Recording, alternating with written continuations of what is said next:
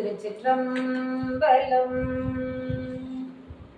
உலகெல்லாம் உணர்ந்து போதற்கு அறியவன் நிலவுலாவிய நிர்மல வியணியன் அழகில் ஜோதியன் அமலத்தாடுவான் மனசிலம்படி வாழ்த்தி வணங்குவான். திருமுறையே சைவநெறி கருவூலம் செந்தமிழின் தேன்பாகும். திருமுறையே கைலையின் கண் சிவபெருமான் செவிமடுத்த செந்தமிழ் வேதம். திருமுறையே நடராஜன் கரம் வருந்த எழுதியருள் தெய்வ நூலா. திருமுறையே சொக்கே செம்மதிமலிவாய் மலர்ந்தருளும் சிறப்பெற்றாமார். சிற்றம்பலம். அன்பர்கள் மக்களே, என்னுடைய பணிவான வணக்கத்தை உங்களுக்கும் தெரிவித்துக் கொள்கிறேன். தொண்டர்கள் பெருமை என்ற பொது தலைப்பிலே நாம் ஒவ்வொரு நாயன்மாரை பற்றியும் பேசி வருகிறோம், கேட்டு வருகிறோம், மகிழ்ந்து வருகிறோம். அந்த வகையிலே இன்று திருநாளை போவார் அவருடைய வரலாறை பார்க்க போகிறோம். அவர் வாழ்ந்த விதம் என்ன என்பதையெல்லாம் திருநாளை போவார் என்று சொன்னால் நமக்கு உடனே யார் என்று ஒரு சந்தேகம் வரும். அவர் இயற்பெயர் நந்தனார். இயற்பெயர் நந்தனார். ஆனால் அவர் சிவபெருமான் மேல கொண்ட காதலினால சிதம்பர நடராஜ பெருமானை தரிசிக்கணும்னு ரொம்ப அவருக்கு ஆசை. அதனால நாளைக்கு போலாம் என்று ஒவ்வொரு நாளும் மனதுக்குள்ள சொல்லிட்டேன். நாளைக்கு அடுத்துவார். அதனால நாளை போவார், திருநாளை போவார். நாளை போவார் என்று சாதாரணமா சொல்லிவிட முடியாது. நாயன்மார் வரிசையில இடம்பெற்றிருக்கிறவர். அதனால திரு என்பதை பெருமையோடு உயர்வாக முன்னாலே சேர்த்து திருநாளை போவார் என்றே அவருக்கு பெயராயிற்று. அழகான சோழ வளநாடு எல்லாருக்கும் எப்போதும் தெரிந்தது தானே. சோழ வளநாட்டினுடைய காவிரியினுடைய இரு கரையிலேயும் தான் இருக்கின்ற திருக்கோயில்களிலே நால்வரும் சென்று பாடி, நால்வரை விட மூவரும் சென்று அதிகமாக பாடிய பதிகள் நிறைய பாடி அந்த கோயிலை எல்லாம் பாடல் பெற்ற தலங்கள் என்று சொல்லுவார்கள். அந்த வகையிலே சோழ நாட்டினுடைய காவிரி பொன்னி நதி பாய்கின்ற சிறப்புமிக்க வளமிக்க சோழ நாடு.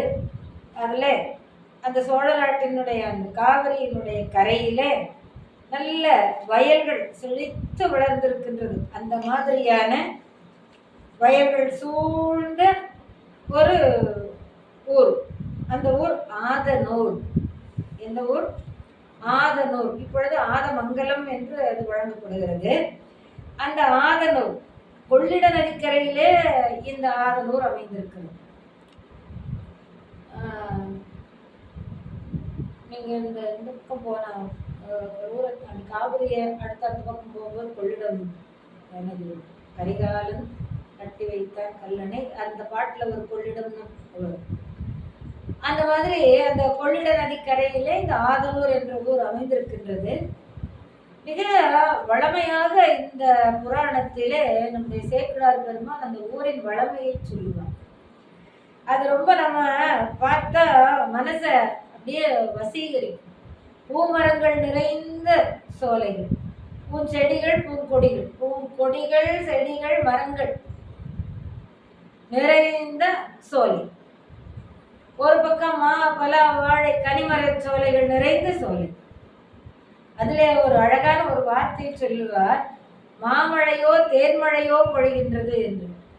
இந்த பலாப்பழங்கள் நல்லா பழுத்து அது வெடித்து உள்ளே இருக்கின்ற சுளையும் வெடித்து அதிலே வருகின்ற சாறு தேன் போல வடிந்து கொண்டே இருக்கிறதா. அந்த கொள்ளிடத்திலே ஓடிக்கொண்டே இருக்கிறதாம். அப்போ கொள்ளிட நதியோ தேன் நதியோ அப்படின்னு சொல்றாரு சேக்கிழார். சொல்றார், இது வானிலிருந்து பெய்கின்ற மழையோ வான்மழையோ இல்லை இந்த தேன்மழையோ. மாம்பழமும் பழுத்து அப்படியே வெடித்து அதுல இருந்து சாறு ஒழுக, மலாச்சாறு ஒழுக, அடாடாடாடா எப்படி இருக்கும் நினைத்து பாருங்கள். இதுல சங்க இலக்கியத்துல தனிப்பட்ட முறையிலே இதற்கென்று பாடல்கள். அதுல சோழ நாட்டின் வளமை பற்றி வருகின்ற இறைவராணத்தில் வருகின்ற இடங்கள் எல்லாம் மிக அற்புதமான வர்ணனைகளை நம்முடைய சேக்கிழார் பாடியிருப்பார். நம்ம அந்த சோழ நாட்டு வளம் என்ற தலைப்பிலேயே ஒரு நாள் அதை பற்றி பார்ப்போம். அப்படி பல மரங்கள் எல்லாம் பொதிந்திருக்கின்ற சோலைகள் நிறைந்திருக்கின்ற, நெருங்கி இருக்கின்ற, அடர்த்தியா இருக்குதுன்னு. ஒரு மரத்துக்கு இவ்வளவு மரத்து தொலைவு இருந்தாலும் அந்த மரங்கள் பறந்து விரிந்து, அப்ப இன்னொரு மரம் அப்படி இருக்கிற போது எந்த மாதிரி ஒரு சூழலை நீங்க கற்பனை பண்ணி பாருங்க. அந்த மாதிரி வளங்கள், பூஞ்சோலை மரங்கள், இது எல்லாம் இப்படிப்பட்ட ஒரு செழிப்பான ஒரு ஊரிலே மாடங்கள் நிறைய. அங்க இருக்கிற மக்களுக்கு கேட்டுக்குவா வேணும், வளமை மிக்க ஒரு மாடங்கள் தான். எல்லாருடைய வீடுகளும் அப்படியே மாடங்கள் நிறைந்தது, மாடிகள் நிறைந்தது. என்ன சொல்லுகிறார் என்றால், ஒரு இடத்துல சந்திரனும் மேகமும் அந்த மாடியின் மேலே விளையாடி செல்லுகின்றதாம். அந்த அளவிற்கு உயரமான மாடிகளை உடையது. எப்படி பாருங்க அந்த மக்கள் எவ்வளவு வளமிக்காங்க. ஊரு, வீடு, வளமை மிக்க. வாசல் படியிலே பார்த்தா அப்படி ஒரு மரச்சோலையா, பூஞ்சோலையா, இதெல்லாம் நம்ம கற்பனை பண்ணி பார்க்கலாம். அந்த மாதிரியான ஒரு வளமை மிக்க அந்த பகுதியில அந்த ஊர் மக்கள் மிக செழிப்பாக இருக்கிறார்கள். மாடங்கள் கூட கோபுரங்கள் அவ்வளவு பெருசா இருக்கிற போது அவங்க அதுல வாழ்ற மக்கள் எப்படி இருப்பாங்க? ரொம்ப செழிப்பா இருக்கிறாங்க. அப்படி அந்த மாதிரி இருக்கக்கூடிய ஊருடைய ஆதனூருடைய அருகில ஒரு கொஞ்சம் தள்ளி புலைப்பாடி என்ற ஒரு இடம், புலையர்கள் வாழ்கின்ற பகுதி. அதனால அதுக்கு பேர் என்ன? புலைப்பாடி. புலையர்களுக்கு உழவு தொழில் செய்வது பழக்கம், பறையடிப்பது பழக்கம், நாய்களை வளர்ப்பார்கள், கோழிகளை வளர்ப்பார்கள். அந்த மாடு, எருமை, ஆடு இவற்றினுடைய தோலை எடுத்து அந்த மத்தள கருவிகள், இந்த மாதிரியான கருவிகளுக்கு அதை அழகுபடுத்தி, தூய்மைப்படுத்தி, அழகுபடுத்தி மேளம் அடிக்கின்ற அந்த பகுதியாக தருவார்கள். அதுக்கப்புறம் அதிலிருந்து எடுக்கின்ற அந்த மெல்லிசா எடுப்பாங்க, ஒரு இழுத்து கட்டுற மாதிரியான ஒரு வார், அந்த மாதிரி வார்களை எல்லாம் செய்வாங்க.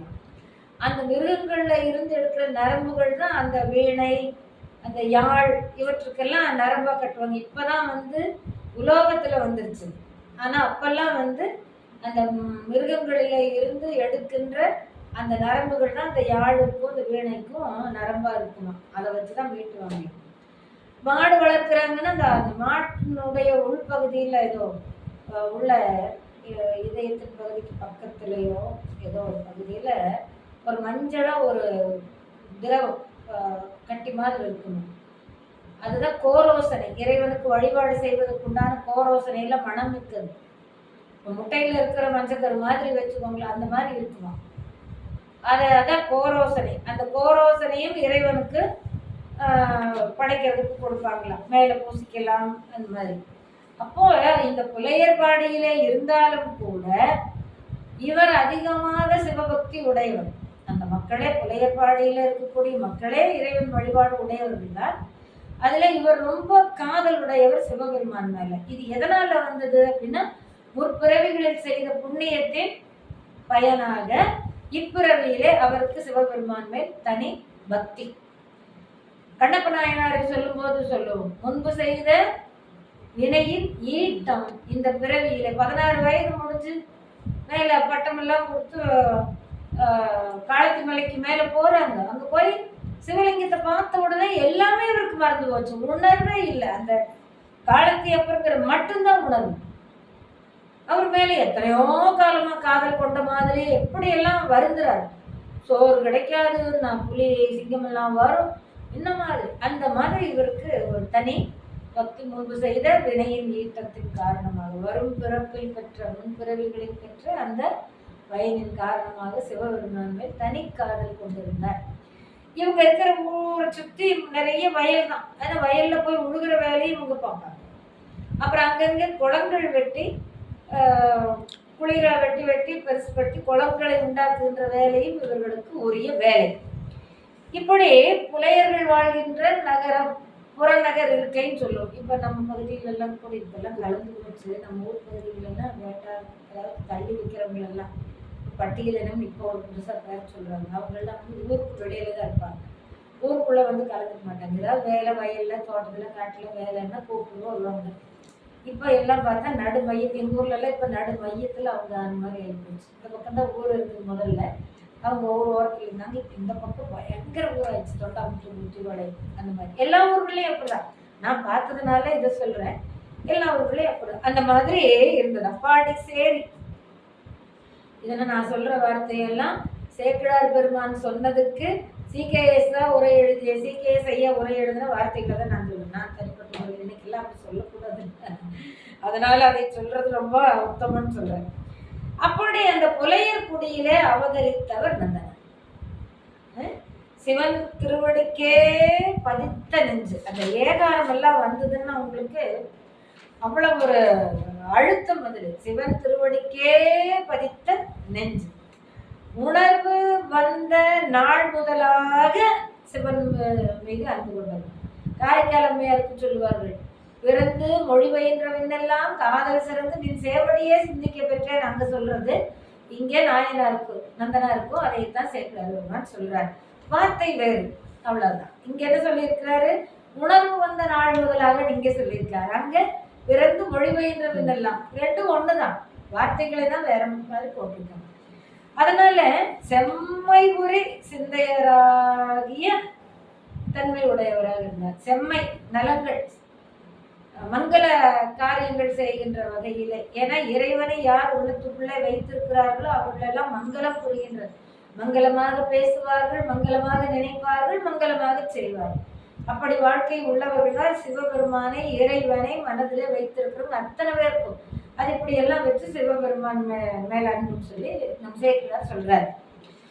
அப்படி மறந்தும் கூட வேறு நினைவு இல்லாது சிவனையே நினைத்து வந்தார். ஆனா அவருக்கு ஒரே ஒரு தயக்கம். என்ன, நம்ம மாதிரி இந்த குலத்துல பிறந்துட்டோமே, கோயிலுக்குள்ள போய் திருவர்களை வழிபாடு செய்ய முடியாது. அது ஒரு கவலை இவருக்கு எப்பவுமே. நம்முடைய குலம் தள்ளி வச்சிருச்சு, நம்முடைய குலம் தள்ளி வச்சிருச்சு. அந்த குலத்து மேலேயே அந்த குலத்தை சொல்லி சொல்லியே அவர் வருகிறார். இறைவா உன்னை பார்க்க முடியவில்லையே. அதனால போகலான்னு நினைக்கிற போது ஐயோ நம்ம குலம் போகக்கூடாது, இதுவே அடிக்கடி அவர் மனதுல வந்து நீக்குமா. அதனால இறைவனுடைய திருத்தொண்டு செய்து கொண்டும் அந்த குலத்தின் வழி ஒழுகியும், அதுதான் அறம். அந்த குலத்தின் வழி ஒழுகுவதுதான் அறம்.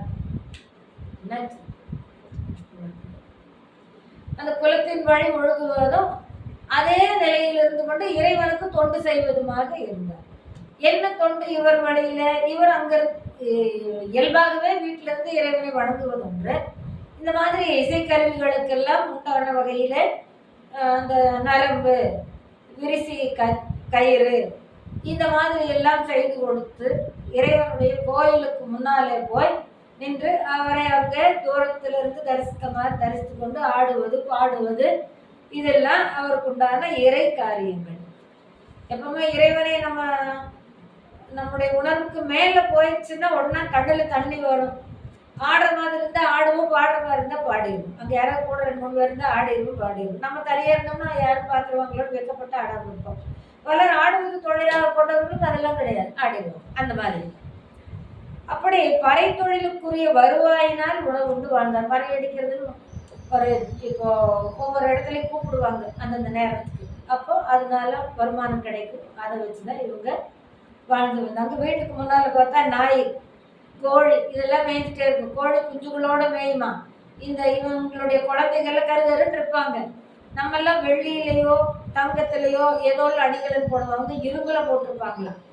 அவன் நாய்க்குட்டிகளோடு இருக்கும்போது ஓடி போய் அந்த பையன் ஒருத்தன் போய் நாய்க்குட்டி தூக்கிட்டு ஓடி வருவானா. நாய்க்குட்டி தூக்கிட்டு வந்து, இது நாய்க்குட்டி கத்தம் இல்லை, கத்துற சத்தம் கேட்கக்கூடாத அளவுக்கு இவங்க இடுப்புல கட்டி இருக்கிற அந்த இரும்பு மணி கலகலகலன்னு அசைகிறதுனால அந்த சத்தம் அடங்கி போகணும். அப்படி அணிகலன்கள் அவங்களும் பணக்காரராக இருந்திருக்கிறாங்க.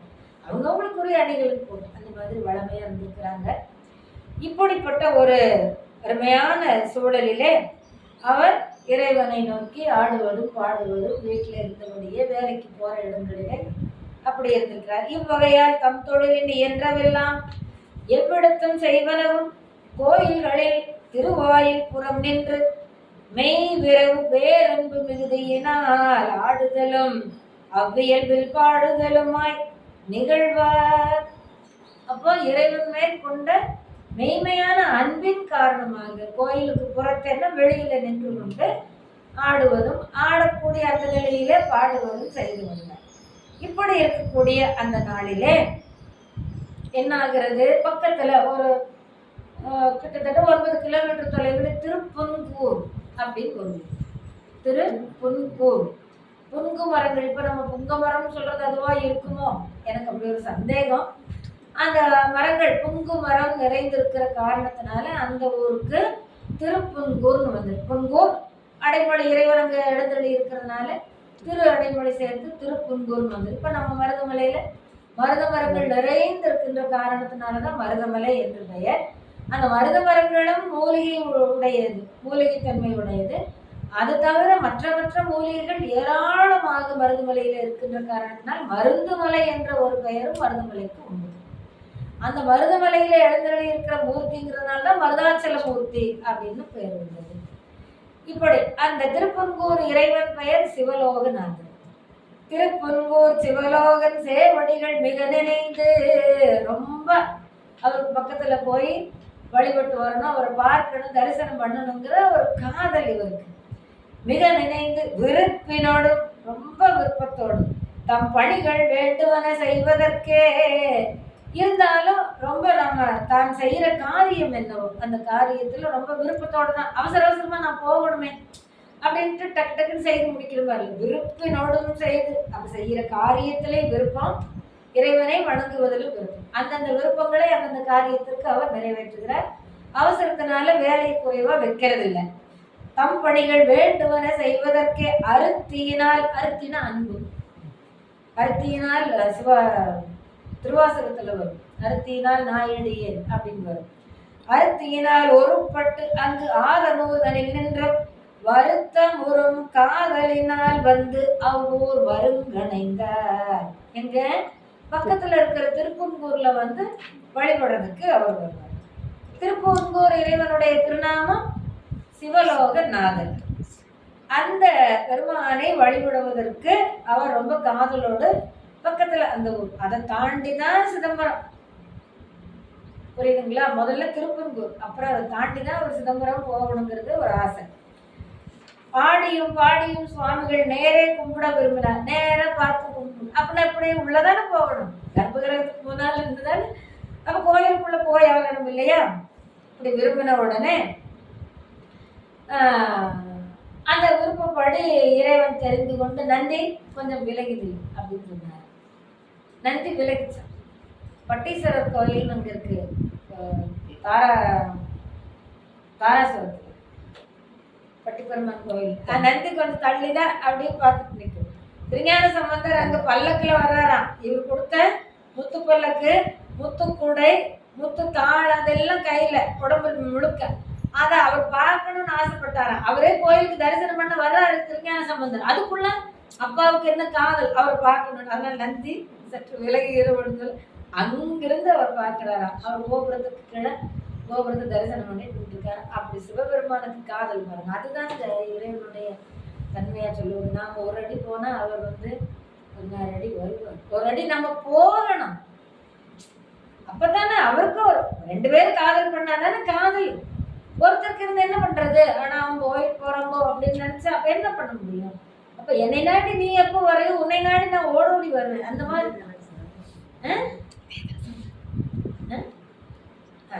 அந்த மாதிரி அவருடைய விருப்பப்படி இறைவன் என்ன செய்தார், நந்தி தேவரை விலகி இருக்க செய்தார், காட்சி கொடுத்தார். எப்படி இருக்கும் அங்கிருந்திருந்தாலும் வழிபடு. அந்த காலத்துல எல்லாம் கோயிலுக்குள்ள அகல் தீபம் தான் ஏற்றி வச்சிருப்பாங்க, நந்தா தீபம் தான் ஏற்றி வச்சிருப்பாங்க. மீன் போனா குத்து விளக்கு, கல்லிலேயே குத்து விளக்கு, அந்த மாதிரி. அந்த ஒளியில எவ்வளவு தூரம் கோபுரத்துக்கு இந்த பக்கம் நிக்கிறவருக்கு எப்படி தெரியும் திருமேனி? அப்ப ஒளி வடிவமா காட்சி கொடுத்துருப்பாரு. நம்ம அது நினைக்க தோணுது. யார் யாருக்கு அன்பு இருக்கிறதோ அந்த அன்பின் வெளிப்பாடாக அவங்கவுங்க அந்த தன்னை எப்படி வெளிப்படுத்திக் கொள்வார்கள் அப்படி வெளிப்படுத்திக் கொள்வார்கள். அது ஆண்டவர் இல்லையா? ஒளி வடிவமான இறைவன் ஒளியா அவருக்கு தெரிகிற மாதிரி இவருக்கு ஒரே ஓட்டம் தான். காட்சி கொடுத்தா எப்படி இருக்கும்? அப்புறம் ரொம்ப வணங்கி மறுபடியும் புறப்பட்டு வந்தார். திருக்கோயிலின் பின்னாலே ஒரு நிலம் பள்ளமாக இருப்பதை கண்டு ஆசையோடு அகலம் அதே போல ஆழம் உள்ளதாக அந்த திருக்குளத்தை தோண்டினார். அவங்களுக்கு உண்டான பணி அது.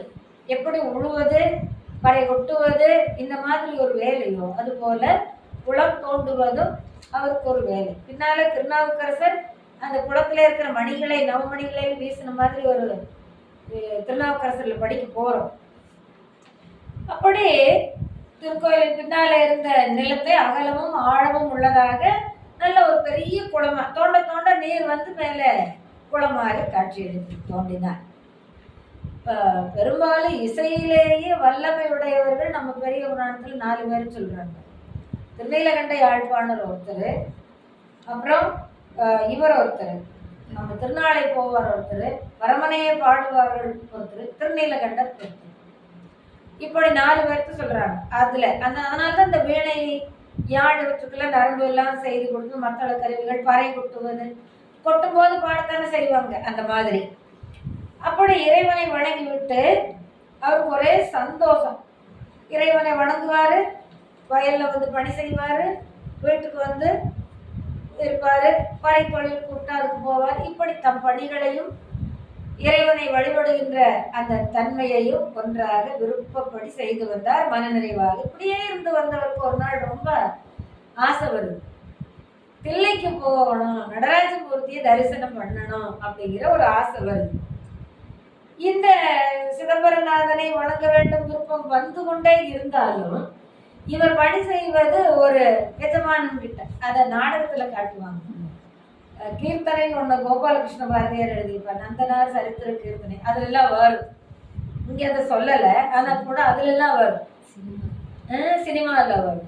அந்த மாதிரி அந்த எஜமானன் கிட்ட போய், ஐயா நான் தில்லைக்கு போற மாதிரி நடராஜ பெருமானை வணங்குற மாதிரி எனக்குள்ள ஆசை இருக்குது, நீ இந்த பணியெல்லாம் முடிச்சிரு நாளைக்கு போ, நீ இந்த பணியெல்லாம் முடிச்சிரு நாளைக்கு போன அவரு சொல்ற மாதிரி. சரி நான் நாளைக்கு போறேன் இவர் சொல்லுவார். அந்த மாதிரி ஒரு காட்சி கொண்டு வருவாங்க நாடகத்தில். இதுல நம்முடைய வரலாற்றுல அப்படி இல்லை. எப்படி திருத்தில்லை சென்று சிதம்பரநாதனை வணங்க வேண்டும் என்ற காதல் பெருகி கொண்டே இருக்கிறது. நாள்தோறும் நினைந்து கொண்டே இருப்பார். படுத்தால் உறக்கம் வருவது இல்லை. உறக்கம் வருவதோடு உறக்கம் வராததோடு அவருக்கு இன்னொரு எண்ணம், ஐயோ நம்ம போய் வணங்க முடியாது, எல்லாம் அந்தணர்கள் தானே அந்த கோயிலுக்குள்ள போறதுக்கு உரிமை பெற்றவர்கள், நம்ம போனா விட மாட்டாங்களே, வணங்க முடியாது, கோயிலுக்கு முன்னால இருந்து போய் தரிசனம் பண்ணணும், உள்ள போனாதானே அந்த மேடைக்கு முன்னால் இருந்து நம்ம எல்லாம் தரிசனம் பண்றோம்ல. அந்த மாதிரி இப்பெல்லாம் காசெல்லாம் கொடுத்து போய் மேல வணங்கலாம். ஆனா அந்த மேடையிலேயே திருவாசகம் திருமுறை பாடக்கூடாது என்று ஒரு வழக்கே வந்தது கொஞ்ச நாளைக்கு முன்னாடி. இந்த மாதிரி அவர்கள் அந்தணர்கள் தனக்கே உரியதுங்கிற மாதிரி அவர்களுக்கு ஒரு எண்ணம். அப்படி இதை அவர் நினைச்சிட்டு, ஐயோ நம்ம இந்த குலத்துல பிறந்துட்டுமே, நம்ம போக முடியாது. இந்த கவலையை சேர்த்து அவரை மனத்தை ரொம்ப வாட்டுகிறது. தூக்கமே வரவில்லை, எனது குலத்திற்கு இது இசையவில்லையே என்று ஒவ்வொரு நாளும் நினைந்து கொண்டு ஒரு மனசுக்கு நாளைக்கு போகலாம் போய் பார்க்கலாம், அந்த மாதிரி எண்ணம் அவருக்கு வந்து கொண்டே இருக்கு. ஒரு நாளைக்கு சரி துணிந்தவர் தில்லைக்கு போகலாம். துணிந்தவனுக்கு துக்கமே இது. அதனால துணிந்து விட்டார், தில்லைக்கு போக வேண்டும் என்று மனதிலே உறுதி கொண்டார். தில்லையின் அருகே சென்றார். அந்த மன உறுதி கொண்டு அப்படியே நடந்து திருப்பன்கூர் வழியில வந்து வழிபட்டுட்டு அப்படியே தில்லைக்கு பக்கத்துல போயிட்டார். எல்லையிலேயே விழுந்து வணங்கினார்.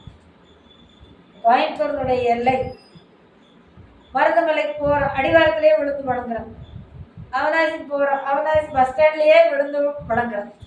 அந்தந்த திருவருள் பறந்திருக்கின்ற இடம் எல்லாம் அந்த நாட்டினுடைய எல்லை அப்படின்னு ஒரு வகுப்புன்னா பகுப்பு வைத்திருப்பார். அதனால அந்த எல்லையை மிதித்த உடனே கீழே விழுந்து வணங்கினார். விஞ்ஞான சம்பந்தர் அப்படித்தான் செய்தார், சுந்தரர் அப்படித்தான் செய்தார். இப்படி திருநாவுக்கரசர் வந்த இடமே நாம் அதுக்குள்ள போக முடியாதுன்னு, சுந்தரர் ஞான சம்பந்தர் வந்த இடமே நம்ம அது கால் வைக்கக்கூடாது. இப்படி ஒரு அடியார்கள் மேல் அந்த அன்புக்கு மதிப்பு கொடுத்து அவர்களை தெய்வத்திற்கு இணையாக வைத்து வணங்கினார்கள். தான் வணங்குகின்ற சிவபெருமானாகவே நினைத்து வணங்குகின்ற மரபு அன்று இருந்தது. எல்லையில விழுந்து வணங்கி பணிந்தார். பார்க்கிறாரு அந்த எல்லையினுடைய வரிசையா அந்த பகுதி முழுக்க பார்க்கிறார். அங்கங்க வேள்விச்சாலைகள், இல்லை அல்லவா? தில்லை வேள்வி சாலைகள், வேதம் ஓதுகின்ற மடங்கள், இதெல்லாம் வரிசையா அப்படியே அங்கங்க அங்கங்க அங்கங்க. திருக்கடையூர் போனீங்கன்னா கல்யாணம் பண்ணி வைக்கிற வைபவம் அங்க பக்கத்துல பக்கத்துல பக்கத்துல பக்கத்துல எத்தனை. அப்ப திருக்கடவுரின் எல்லையிலே விழுந்து வணங்கி உள்ள போனா அதெல்லாம் பார்க்கலாங்கிற மாதிரி இவர் தில்லையினுடைய எல்லையிலே விழுந்து வணங்கிட்டு அப்படி பார்க்கிறார். நிமிர்ந்து வேத பாராயணம் செய்கின்ற மாடங்கள் இருக்கின்றன, மன்றங்கள் இருக்கின்றன, வேள்வி சாலைகள் நிறைய இருந்து கொண்டிருக்கணும். ஐயோ, இது எப்படி நம்ம இந்த இடத்துல போக முடியும்? காலை உள்ளே வைக்க முடியாது. புலையர் குலத்திலே நான் பிறந்து விட்டேனே, என் குலம் அப்படியாகி விட்டதே, நான் எப்படி போவேன் என்று அங்க போறதுக்கே பயப்பட்டார். ஒரு வாரம் மனசு துணிந்து தில்லைக்கு வந்துட்டார். ஆனா உள்ள போறதுக்கு எல்லையில் உள்ளே கால வைக்கிறதுக்கு பயந்து விட்டார்னு சொல்றாரு சேக்கரார் பெருமாள். சரி, இவற்றை கடந்தாலும் ஊரில் சூழ்ந்துள்ள அந்த மதில் திருவாயில் இருக்கு இல்லைங்களா, அந்த வாயிலை கடந்து நான்கு பக்கமும் வாயில் தான் இப்பெல்லாம் இயல்பா போற மதில் சுவர்கள் கூட அங்கங்கேதான் பெரும்பாலும் சிதிலமடைந்து வழிகள் நிறைய ஆகிவிட்டது. மக்கள் எல்லாரும் போய் வந்துட்டு இருக்கிறாங்க. அப்படி உள்ளே மதில்கள் சூழ்ந்திருக்கின்ற பகுதி ஒவ்வொரு பக்கம் திருவாயில். அந்த இவர் வந்தது, இவருடைய ஊர் எங்கே? ஆதனூர். ஆதனூரிலிருந்து தில்லைக்கு வருகின்ற வழி தென்பக்க வாயிலுக்கு வந்து சேர்ற மாதிரி தான் இவருடைய ஊர்ல இருந்து வரணும். இப்ப நம்ம மருதுமலைக்கு எப்படி போறோம்? இங்க கிழக்கு இருந்து மேற்க போறோம். ஏன்னா அது மலையினுடைய அடிவாரத்தில் இருக்கிறதுனால எல்லாருக்கும் அது. இதே பாலக்காட்டில் இருக்கிறவங்க வேறு வழியா வரும், அனுபாவியில் இருக்கிறவங்க மலை மேல ஏறி வரவங்களும் உண்டு. பாலக்காட்டில் இருக்கிறவங்களுக்கு அந்த பக்கம் ஒரு வழி இருக்குதாமா சொல்றாங்க. நம்ம மலை வழியா ஏறி போனாதானே நமக்கு தெரியும். ஆனா எப்படி இருந்தாலும் இங்கதான் நம்ம போற மாதிரி தான் இப்ப நமக்கு பலருக்கும் கண்கூடாக காண்கின்ற காட்சி.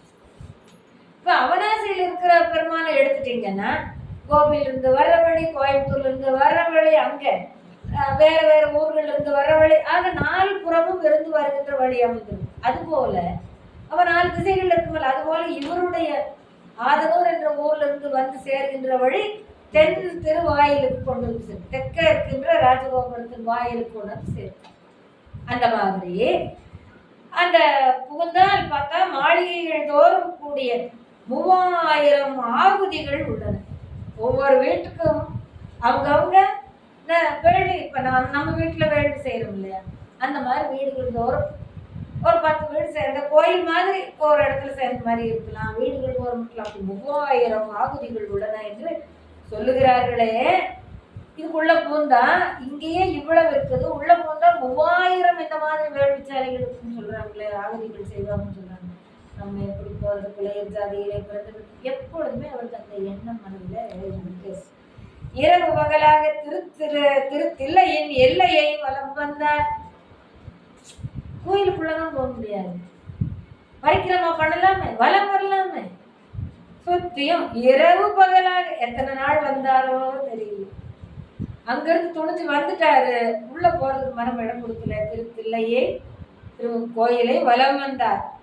இறைவனுடைய திருநடன காட்சியை நான் எப்படி கும்பிடுவேன் என்று நினைத்து கொண்டு வருத்தத்தோடு அப்படியே ஒரு இடத்துல படுத்து உறங்கி விட்டார்.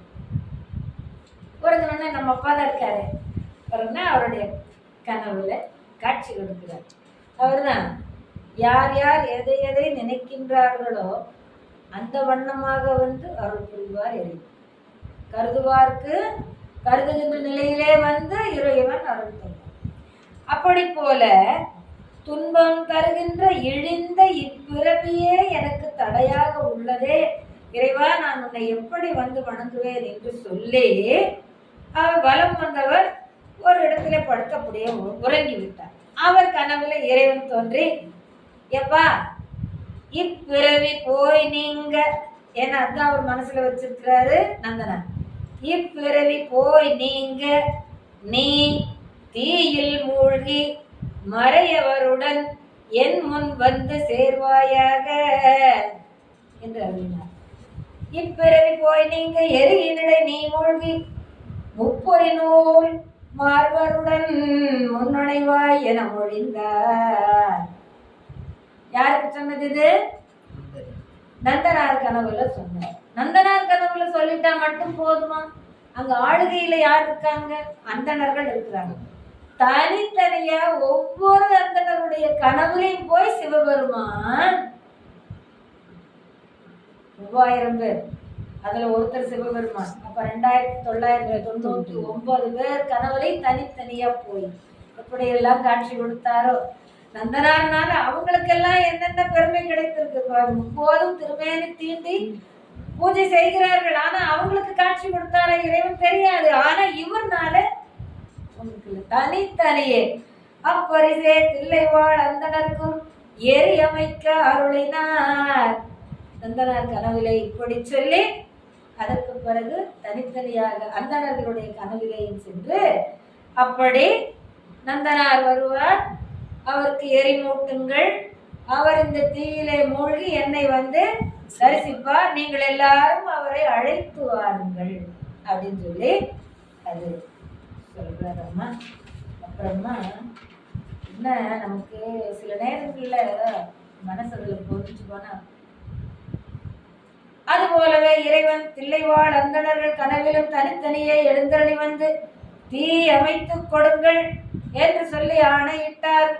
அதே போல அந்தணர்கள் அனைவரும் காலையிலே விழித்தெழுந்து இறைவன் திருமுன்பு சென்று அவரை வணங்கி பணிந்து, ஐயனே, நீங்கள் சொன்ன ஆணையை நாங்கள் கட்டாயம் நிறைவேற்றுகின்றோம் என்று சொல்லி வெளியிலே வந்தார்கள். வெளியிலே வந்தவர்கள் நேராக நந்தனாரிடம் சென்று அவர் இருக்கின்ற இடத்திற்கு சென்று அவரை கண்டு, இறைவன் இப்படி உங்களுக்கு தீ மூட்டித்தர எங்களுக்கு ஆணை பிறப்பித்திருக்கின்றார், வாருங்கள், நீங்கள் அந்த தீயிலே மூழ்கி எழ வேண்டும் என்று சொல்லி அவருக்கும் அந்த செய்தி சொன்னார்.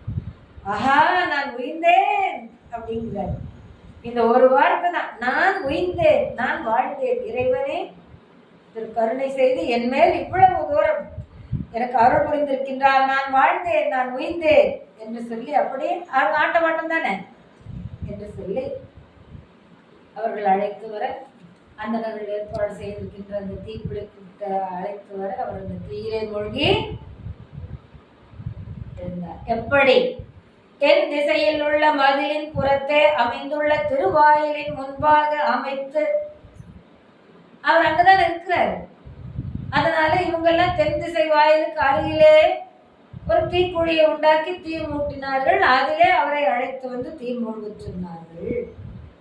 தீக்குழியை அணுகி அதனை வலம் வந்து வணங்கி கைதொழுது அருட்கூத்தாடும் இறைவனுடைய திருவடியை நினைந்து கொண்டே தீயுள் இருந்தார். எப்படி இருக்கு நீங்க நினைச்சு பாருங்க. நம்மெல்லாம் எதையோ தீக்குள்ள போக எத்தனையோ எண்ணங்கள் இருக்கும், அதெல்லாம் இல்லாம இறைவனுடைய திருவடியை நினைத்து கொண்டே நான் உயிர்ந்தேன் என்று சொல்லி வந்து அந்த தீயிற்குள்ளே மூழ்கினார். அதற்கு இப்போ ஓமக்குளம் என்று பெயர். தெற்கு வாயில போடுறது அந்த ஓமக்குளம்னு சொல்லுவாங்க. அப்போது இம்மாய பொய்யுருவம் நீங்கி, இந்த மாயமான பொய் உருவத்தை நீங்கி, பூநூலும் சடை முடியும் உடைய புண்ணிய முனிவராக தீயிலிருந்து எழுந்தார். அவர் புலையன் என்ற உருவமே மாறிப்போச்சு. கருகருகருன்னு இருந்த உருவமே மாறிப்போச்சு. குள்ளமாய் இருந்த உருவமே மாறிப்போச்சு. வெள்ள விளையன்னு அப்படியே பிரம்மா மாதிரி எழுந்திருக்கிறாரா. தாமரையிலிருந்து பிரம்மா எப்படி எழுந்திருப்பாரோ அது போல வந்தார். வந்தபோது அவருடைய காட்சியை காணும் போது மார்பிலே பூநூல், அந்த பொய்யுருவம் நீங்கியது. எது பொய்யுருவம்? புலையன் என்ற பொய்யுருவம், புலையர் குலம் என்ற பொய்யுருவம் நீங்கியது. பூநூலும் தடைமுடியும் உடைய புண்ணிய முனிவராக தீயிலிருந்து அப்படியே எழுந்தார். அவர் எழுந்த கோலம் எப்படி இருக்கிறது? எழும்போது தாமரையிலிருந்து எழுந்த பிரம்மதேவனை போல் விளங்கினார். சேக்கிழார் பெருமான் சொல்லுகிறார், CKS ஐயா உரை எழுதுகிறார். உடனே தேவதுந்துவிகள் முழங்கின, வானவர்கள் மலர்மாறி பொழிந்தார்கள், மறையவர்கள் எல்லாம் கைகோப்பி வணங்கினார்கள், தொண்டர்கள் பணிந்தார்கள். நந்தனாருக்கு அங்கே இப்பொழுதும் ஒரு கோயிலை வைத்து வழிபட்டு கொண்டு வருகின்ற செயல்பாடு இப்பொழுதும் நடந்து கொண்டு வருகிறது. மறையவர்கள் முடிந்த பின் தென் திசையில் மதிலின் புறத்து பிறை உறிஞ்சும் வாயில் முன்பாக பிறை உறிஞ்சுகின்றதாம். பிறை வந்து அப்படியே விளையாடுகின்றன. அப்படிப்பட்ட உயர்ந்த மதிலாம் தில்லை கோயிலினுடைய மதில். அந்த திருவாயிலின் முன்பாக விஞ்ஞவேதம் நிறையருளால் மறையவர்கள் நெருப்பமைத்த குழியெய்தே, மறையவர்கள் நெருப்பு போட்டு குழி எடுத்துருக்காங்க இல்லையா, அந்த குழி பக்கம் அடைந்து இறைவர்தாள் மனம் கொண்டு எரிசூழ வலம் கொண்டார். வலம் கொண்டு கைதொழுது நடமாடும் கடல் உன்னி அழல் புக்கார். நடமாடும் கடல் பெருமானுடைய நடராஜ கோலம் எடுத்த திருவடி. நடன கோலத்தை மனசிலே நினைத்து கொண்டே என்ன செய்தார்? அழல் புக்கார் தீயினுள் புகுந்தார். அப்போது இம்மாய பொய் தகையும், பொய் தகையினா இந்த பொய்யான உடம்பு, புலையன் என்ற குலத்திலே இருந்து அவர் மனசுல அதுதான் உறுத்திட்டு இருந்தது.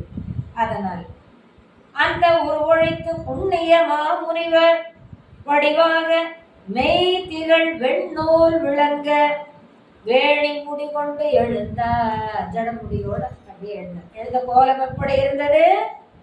யார் போல இருந்தது? முனிவர் பிரம்மா போல இருந்தது. அவர் முனிவர் கோலத்துல தீயிலிருந்து எழுந்த கோலம் எப்படி இருந்தது? பிரம்மா தாமரையிலே இருக்கின்ற பிரம்மாவுடைய கோலம், படைப்பு கடவுள் அப்படி இருந்ததா. அதற்கப்புறம் வந்த பின்னால அவரை அழைத்து கொண்டு மறையவர்களுடன் வந்து அழைத்து வர திரு மன்றில் தில்லை சிற்றம்பலம், பொன்னம்பலம், தில்லை அம்பலம், அம்பலம், தில்லை கூத்தன் அம்பலம், எத்தனை எல்லாம் பேர் அந்த பொன்னம்பலத்திலே நடனமாடுகின்ற இறைவனுக்கு, இறைவன் எழுந்தருளி இருக்கின்ற இடத்துக்கு என்ன பேர்? அம்பல் மன்றம். அந்த மன்றத்திலே தங்க தகடு வைத்திருக்கிறது. இறைவன் வருகின்றவர்களுக்கெல்லாம் அந்த அருளின் தன்மை, மானிட வாழ்க்கை இறைவனை அடைந்து விட்டால் தங்கத்தை விட மேலானது என்பதை குறிப்பதற்காக 21,000 ஆக அந்த ஏடுகளை வைத்து வைத்து பொன்னால் வேயப்பட்டிருக்கிறது. 21,000 தடவை நம்ம மூச்சு விடுவோம் பாருங்க, அது 72 தங்க ஆணிகளால் அந்த வேயப்பட்ட ஓடுகளை அடித்திருக்கிறார்கள். அது நம்முடைய நாடி. நாம் தான் சிதம்பரம், சிதம்பரம் தான் நாம்ங்கிற வகையை அறிவுறுத்துவதற்காக. அதுக்குள்ள ஏகப்பட்ட வேலை இல்லை. அந்த கூரையை மேலே பார்க்கணும், பார்க்க எங்கே விடுறாங்க வந்து நம்ம போங்க போங்கன்னு சொல்லிடுறோம். அவ்வளவு பொதிந்திருக்கு. அந்த மாதிரி கோவிலின் கோபுரத்தை தொழுது விரைந்து உள்ளே சென்று நடமாடும் எல்லையை தொட்டார். நடமாடும் இறைவன் எழுந்தருளி இருக்கின்ற கோயிலின் எல்லையை தொட்டார். வந்துட்டார், கற்பூரத்துக்கு முன்னால வந்துட்டார். அவ்வளவுதான், அவ்வளவுதான். காணும் அவரை. எங்க போனார், ஏது போனார், எல்லாரும் சுத்தி முத்தி பாக்குறாரு, காணும். யாருமே பாக்குறாங்க, அவரை காணும். இறைவன் திருவடியில் சென்று ஐக்கியமாகி விட்டார்.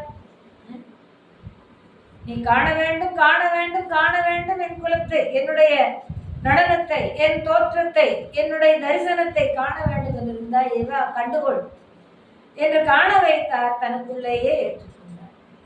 திருநாளை போவார் வந்தார்.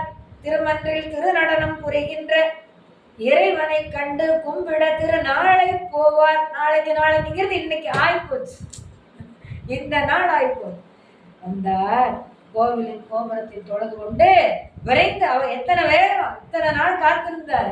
வேகமா வந்து அந்த கர்ப்பகிரகத்தின் முன்னால அந்த மேடையாட்ட போட்டிருக்காங்க, அங்க வந்து நின்னார், பார்த்தார். இறைவா அப்படின்னு மனசுக்குள்ள எத்தனையோ நினைச்சிருப்பார். அதையெல்லாம் நம்மளை சிந்திக்க இடமே இல்லை. அவர் மறைந்தார். நம்மளை சிந்திக்கிறதுக்கு இடமே கொடுக்கல சேர்க்கிறார் பெருமான்.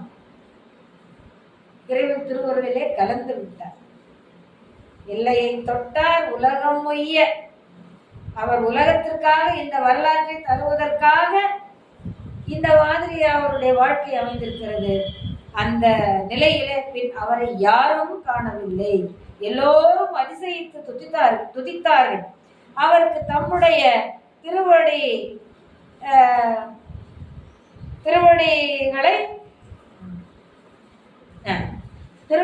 தொழுதற்கூடிய இன்ப நிலையை இறைவன் கொடுத்து. அதான் அந்த பாட்டுல சொல்றாங்க, அந்தணர்கள் அதிசயித்தார். கோபுரத்தை வணங்கி எல்லையுள் போய் புகுந்தார். எல்லையை தலைப்பட்டார்.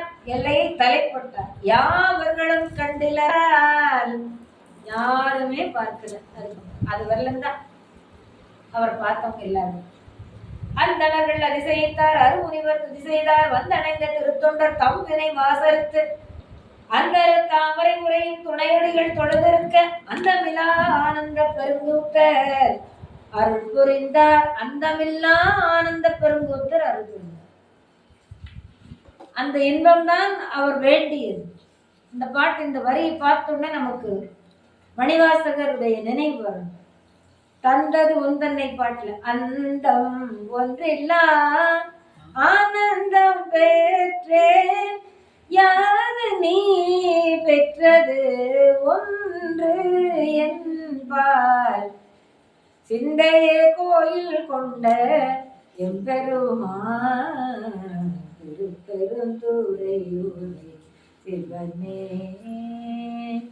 எந்த ஈசா உடலிடம் கொண்டாய், எந்த என் தந்தையே ஈசா உலகிற்கெல்லாம் தந்தையே உடலிடம் கொண்டாய், யான் இதற்கில்லோ கைமாறே சங்கரா அருளோ சத்துர. நீயா நான பெருமை மிக்கவங்க ஆரப்பா? நான் தான். நீயே எனக்குள்ள வந்து என்னால் உனக்கு என்ன பயன்?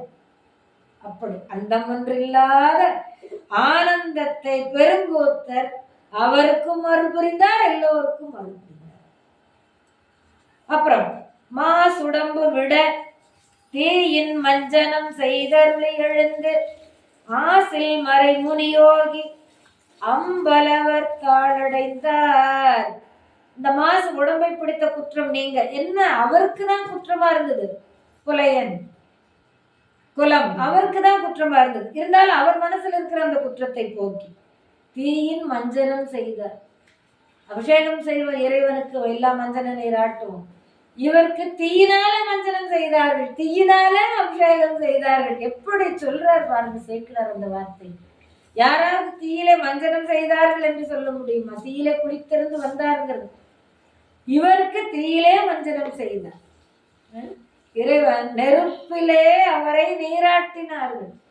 அந்த தீயின் மஞ்சனம் செய்தருளி எழுந்து ஆசில் மறைமுனியாய் குற்றமில்லாத முனிவனாகி அம்பலவர் காலடைந்தார். தேசுடைய கடல் வாழ்த்தி நந்தனார் என்கின்ற திருநாளை போவார். ஒளியுடைய பார்த்தீங்களா கொண்டு வந்துட்டார். ஒளியுடைய இறைவனுடைய திருவற்கடலை வாழ்த்தி இறைவன் திருவடியை சேர்ந்தார். இது இறைவன் நந்தனாருக்கு காட்சி கொடுத்த தன்மை. இப்ப நமக்கு ஒரு சந்தேகம் வரலாம். நந்தனாருடைய சரித்திரம் பல்வேறு நிலையிலே ஆய்வு நிலையிலே ஆராய்ச்சி செய்யப்பட்டு வருகிறது. இப்போ தீயில ஏன் போக வச்சார்? இப்போ நந்தியை விலக சொன்னாரு. நந்தியை விலக சொன்னவருக்கு நேரடியாக அவர் கூப்பிட்டு தரிசனம் கொடுக்க முடியாதா?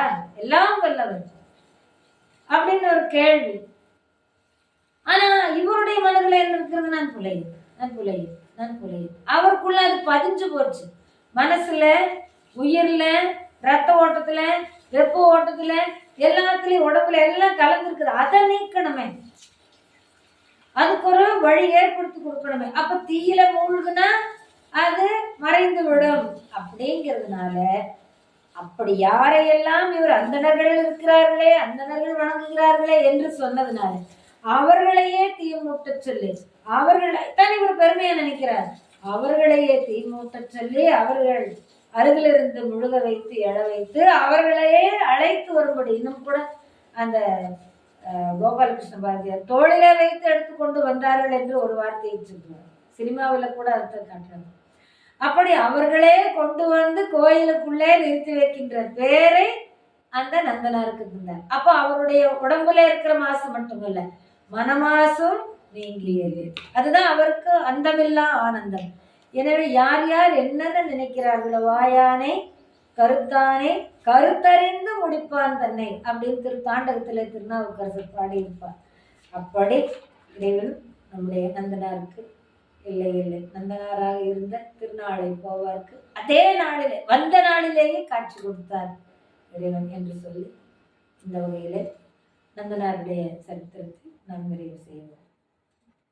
வான்மிகில் வாழாது பெய்க மலிவளம் சுரக்க மன்னன் கோன்முறை அரசு செய்க குறையில்லா உயிர்கள் வாழ்க நான்மறை அறங்கள் ஓங்க நற்றவம் கேள்வி மல்க மேன்மைகள் சைவ நீதி விளங்குக உலகம் எல்லாம் மேன்மைகள் சைவ நீதி விளங்குக உலகம் எல்லாம் மேன்மைகள் சைவ நீதி விளங்குக உலகம் எல்லாம். நம பார்வதி பதியே அருகிற மகாதேவ என்னாடுடைய சிவனே போற்றி எந்நாட்டவர்க்கும் விரைவா போற்றி ஏகம்பத்துரை எந்தாய் போற்றி பாகம் பெண்ணுரு ஆனாய் போற்றி காவாய் கனகத்திருளே போற்றி கைமணியானை போற்றி போற்றி சிவா திருச்சிற்றம்பலம் இல்லையம்பலம். அதனால திருச்சிற்றம்பலம்னு நம்ம எழுதணும் எந்த ஒன்றையும்